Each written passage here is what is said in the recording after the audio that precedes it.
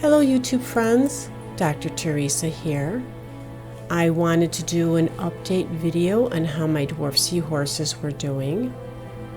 In my previous video, about a week ago, I indicated that I was giving a treatment on alternate days of both 1 milliliter of formalin and 0.2 milliliters of farbendazole.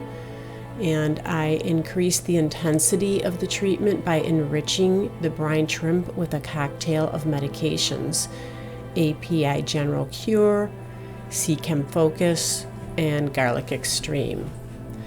I had gotten up to day 4 and things were going okay, and they were still looking pretty good until I got to day 7, and day 7, 2 had passed on. And when I came home from work on day 8, one was dying. So I had about 40-ish dwarf seahorses left. And the only recourse that I have left now, since apparently the treatment of the tank and seahorses in the tank is not working, is to follow the advice of a researcher friend of mine. Basically, he says to do another dip and take them out of their main tank and put them in a brand new sterile tank. He actually recommended a tank that was already cycled, but I had no way of having a cycled tank, so I have a completely new sterile tank. So I did perform a 1-hour dip using 1 milliliter of formalin and 0.2 milliliters of farbendazole and 3 milliliters of Paragard in 1 gallon of fresh water. I did move the seahorses to a 2-gallon tank and started it with C-Chem Stability, since it's a sterile tank and it's not cycled. My friend recommended I use a new cycle tank and sanitize or sterilize the old tank, but I just didn't have that option to have another cycle tank. It was clear the treatment was very hard on the seahorses. They didn't look well after the treatment, and really I'm just not expecting them to make it.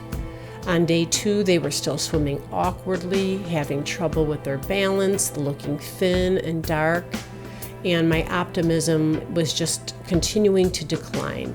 I can't figure out what is happening with them and why it happened. And on day 2, they started scratching again, despite those dips. So it did make me wonder if it was necessary to even break down the 10-gallon tank. I'm not sure. Anyway, I did notice in the 2-gallon aquarium, they seem to like those bubbles. So that's something I'm going to keep in mind for the future. They seem to like to swim through them or hang out near them. I've been doing large water changes since that tank is not cycled and adding daily doses of stability, but there's no other treatment in the water. Because of the scratching, I decided to restart the enrichment medication cocktail using that API General Cure, C-Chem Focus, and Garlic Extreme. But like I said, I'm not treating the tank at all, maybe occasionally just adding some stress coat. Well, I made it to day 4 before one did die, but you can see they are still not swimming right and have tail problems. Colors are still off. The one good sign is, from what I can tell, almost all of them, if not all of them, are eating. So that means they are getting the medication, and in some miraculous event, maybe it will help. So eating is a good sign. I'm going to keep them in the 2-gallon aquarium for a while. I hate to set something else up if they're going to continue to die. I want to see if majority of them somehow will make it. There's no sense in setting up something permanent that's going to become infected if they're going to end up dying anyway. I am a little encouraged only because one guy that I've had for many, many weeks who was very thin and dark colored, who had a nodule on his tail, he's still alive, and it looks to me like he's gained weight. So I'm fully expecting to lose more seahorses, but who knows? Maybe a few will survive. I'll do another update in another week or two. Thanks so much for following along with me. I really appreciate it. Take care, and thanks for watching.